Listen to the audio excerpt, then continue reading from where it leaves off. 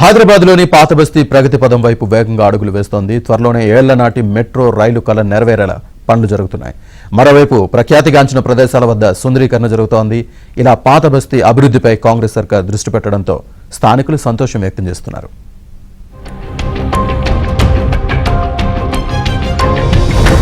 హైదరాబాద్ ను అభివృద్ధిలో దేశంలోనే నంబర్ 1 గా తీర్చిదిద్దేలా కాంగ్రెస్ ప్రభుత్వం ముందుకెళ్తోంది. అధికారం చేపట్టిన ఏడాదిలోనే ఎన్నో అభివృద్ధి కార్యక్రమాలు చేపట్టింది. ఇందులో భాగంగా పాతబస్తీ అభివృద్ధిపై ప్రత్యేక దృష్టి సారించింది. ఇప్పటికే పాతబస్తీకి మెట్రోను పరుగులు పెట్టించేలా పనులు జరుగుతుండగా రోడ్ల విస్తరణ, ఫుట్పాత్లు, జంక్షన్ల అభివృద్ధిపై కూడా దృఢ సంకల్పంతో ముందుకు సాగుతోంది.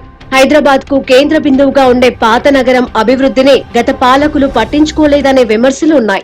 స్కూళ్లు, కాలేజీల నిర్మాణంతో పాటు రోడ్లకు కూడా నిధులు విడుదల చేయకపోవడంతో పరిస్థితి ఎక్కడ వేసిన గొంగలి అక్కడే అన్నట్లుగా ఉందనే వాదనలు ఉన్నాయి. మజ్లిస్ ఎమ్మెల్యేల చొరవతో పలు ప్రాంతాల్లో పనులు జరుగుతున్నాయే కానీ ప్రభుత్వం తరపున చెప్పుకోదగిన అభివృద్ధి జరగలేదని స్థానికులు చెబుతున్నమాట. తమను ఓటు బ్యాంకుగా వాడుకుంటున్నారే తప్ప శాశ్వతంగా లబ్ధి చేకూర్చే మంచి పనులు ఎవరూ చేపట్టడం లేదని ఆవేదన వ్యక్తం చేస్తున్నారు.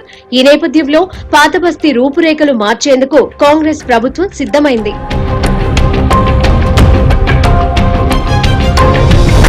పాతబస్తీలో మెట్రో రైలు ఏళ్ల నాటి కల. ఇక్కడికి మెట్రోను నడిపించాలని స్థానిక ప్రజాప్రతినిధులు అనేక సంవత్సరాలుగా కోరుతున్నా ఎవరూ పట్టించుకోలేదు.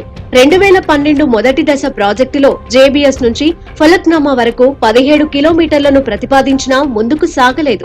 ఎంజీబీఎస్ దాటిన తర్వాత ఎలివేటెడ్ కారిడార్ నిర్మాణానికి కావలసిన రోడ్డు మధ్యలో పక్కన ప్రార్థనా మందిరాలు, దేవాలయాలు అడ్డుగా వస్తూ ఉండడంతో అప్పట్లో అభ్యంతరాలు వచ్చాయి. దీంతో సదరు నిర్మాణ సంస్థ ఎల్ఎన్టీ ఎంజీబీఎస్ వరకే పనులు చేపట్టింది. ప్రస్తుతం జేబీఎస్ నుంచి ఎంజీబీఎస్ వరకు రైళ్లు నడుస్తున్నాయి. అయితే మొదట ప్రతిపాదించిన ఫలక్నామా వరకు మెట్రో కారిడార్ నిర్మాణం చేపట్టాలని స్థానికులు కోరుతున్నప్పటికీ గత బీఆర్ఎస్ ప్రభుత్వం పట్టించుకోలేదని అక్కడి నాయకులు ఆరోపిస్తున్నారు. ఈ నేపథ్యంలో తాజాగా కాంగ్రెస్ సర్కార్ 2వ దశ విస్తరణలో భాగంగా ఎంజీబీఎస్ నుంచి చాంద్రయానగుట్ట వరకు కారిడార్ నిర్మించేందుకు శరవేగంగా ముందుకు సాగుతోంది. సుమారు 2741 కోట్ల వ్యయంతో 7.5 కిలోమీటర్ల మేరకు పనులు పూర్తి చేసేందుకు చర్యలు తీసుకుంటుండటంతో స్థానికులు, ప్రజాప్రతినిధులు ఆసక్తిగా ఎదురుచూస్తున్నారు. మెట్రో మార్గంలోని ప్రార్థనా మందిరాలకు ఎలాంటి నష్టం వాటిల్లకుండా కారిడార్ను నిర్మించేందుకు ఏర్పాట్లు చేస్తున్నారు.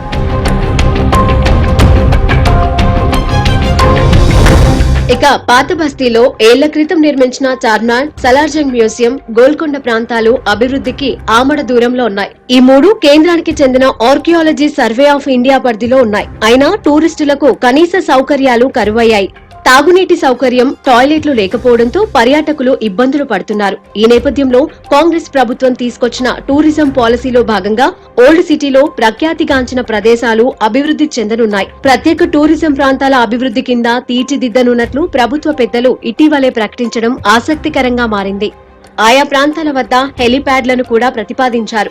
ఇదే క్రమంలో మెట్రో కారిడార్ కు అనుసంధానంగా సలార్జంగ్ మ్యూజియం, చార్మినార్ వద్దకు వెళ్లేందుకు స్కై వాక్ నిర్మాణం చేపట్టనున్నట్లు మెట్రో అధికారులు ప్రకటించారు.